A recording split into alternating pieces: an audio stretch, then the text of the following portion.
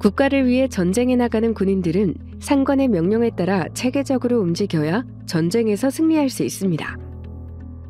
하지만 군인들이 국민을 상대로 총부리를 겨누는 것은 있을 수 없는 일입니다. 군인들이 싸우는 이유는 외부의 적으로부터 국민들을 안전하게 보호하기 위해서니까요. 그런데 5.18 민주화운동 당시 광주에 투입된 계엄군들은 정치 군인들의 명령에 철저히 따르며 시민들을 적대시했습니다. 이건 분명 잘못된 일입니다. 계엄령은 국가 비상사태가 발생했을 때 대통령이 국가 안녕과 공공질서 유지를 위해 군대를 이용해서 치안을 유지하는 조치를 말합니다. 계엄령이 내려지면 계엄사령부가 설치돼 선포지역 주요시설에 군대가 주둔하고 계엄사령관에게는 막강한 권한이 부여됩니다.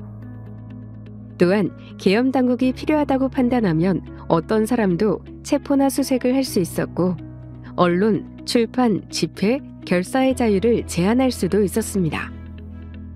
전두환을 비롯한 정치 군인들은 권력을 잡기 위한 수단으로 1980년 5월 17일에 전국 계엄령을 선포하고 공수부대 위주로 편성된 계엄군을 광주에 내려보냈습니다. 공수부대는 전쟁이 일어나면 적진 깊숙이 투입되어 전투를 치르는 특수부대입니다. 따라서 일반 군인들에 비해 고난도 훈련을 받은 최정예 부대입니다. 이런 부대를 계엄령을 빌미로 광주에 파견했던 것입니다. 이 영상은 1980년 5월 27일 새벽에 계엄군이 항쟁 지도부가 있던 전남도청을 완전히 진압한 후 군가를 부르는 장면입니다. 이 군인들 모두가 승리의 기쁨을 누렸을까요? 군인 중 일부는 작전이 끝났다는 것에 대해 안도의 한숨을 내쉬었을 것이고 임무를 완수한 것에 만족한 군인도 있었을 것입니다.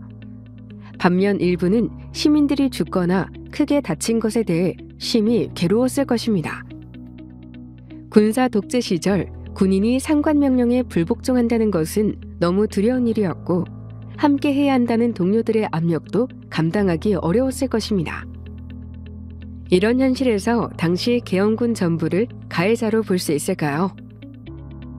당시 계엄군으로 투입되었던 한 군인은 자꾸만 떠오르는 희생자들의 모습과 죄의식으로 정상적인 사회생활을 할 수 없었고 매년 5월 18일만 다가오면 우울증이 심해지는 정신적 후유증을 앓고 있다는 인터뷰를 했습니다. 이처럼 계엄군도 5.18 이후 정신적 고통에 시달렸습니다. 계엄군이었던 최영 씨는 자신의 상관이 주남마을 민간인 사살 명령을 내렸다고 1989년에 양심 고백을 하기도 했습니다. 또한 2019년에는 80년 당시 미국 군사정보관이었던 김용장과 당시 보안대에 근무했던 허장환도 본인들이 알고 있던 5.18 당시 광주 진압작전을 증언하여 진상을 파악하는 데에 실마리를 제공했습니다. 5.18 민주화운동 때의 모든 공권력이 계엄당국의 부당한 명령에 따른 것은 아니었습니다. 당시 광주와 전남경찰 총책임자였던 전남경찰국장 안병환은 경찰은 언제나 시민의 경찰이어야 함을 경찰들에게 상기시키고 계엄사령관의 명령을 경찰이 무기를 사용하면서까지 접수할 수는 없다라며 거부했습니다.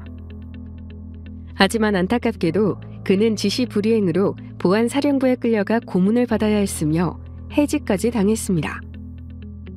이처럼 5.18 당시 부당한 명령에 저항한 이들도 있었습니다.